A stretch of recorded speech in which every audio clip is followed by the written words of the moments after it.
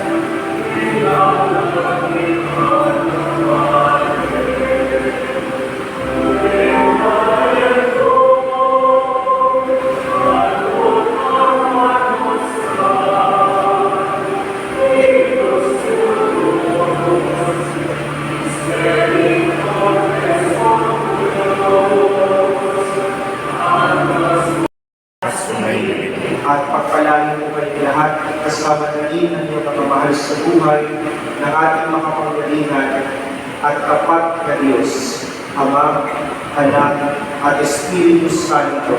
Amen. Ay halin po natin ang muling araw ng Isla Ligayo. Umayo tayong patlayin ang pusong tapat sa Diyos na tapat. Salamat sa Diyos.